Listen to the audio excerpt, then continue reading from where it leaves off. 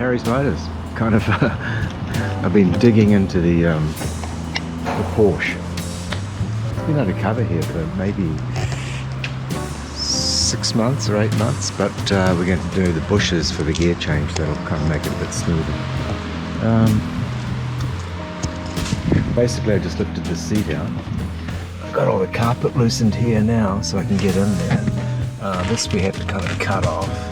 Left that seat in, got this side all ready, and then basically we're working down here and over the back over here, which you won't be able to see till I pull that up, but working down there too.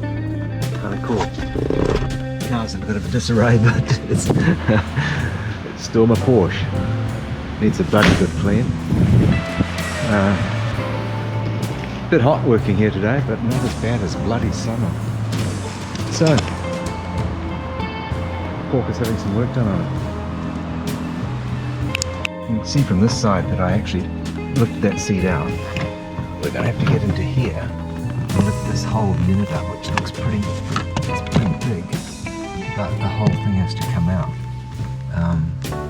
That's the issue, because we've got to get in there. It's going to be interesting. So I'm making progress, got all the wires out of the way.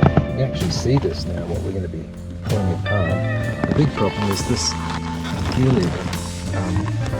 It was a pushed on sleeve, so I think we're going to have to get in here with a grinder, cut that, and figure out a gear knob when we get to it. It's a bit of a laugh, but it is 50 years old. But I'm still having fun. Still some life in the old dog here. I just thought, I can get that over that hole. And now I've got everything ready to take the thing apart. As soon as Harry gets back, we pull this out. Here's a video to Pelican. They'll go, Yahoo!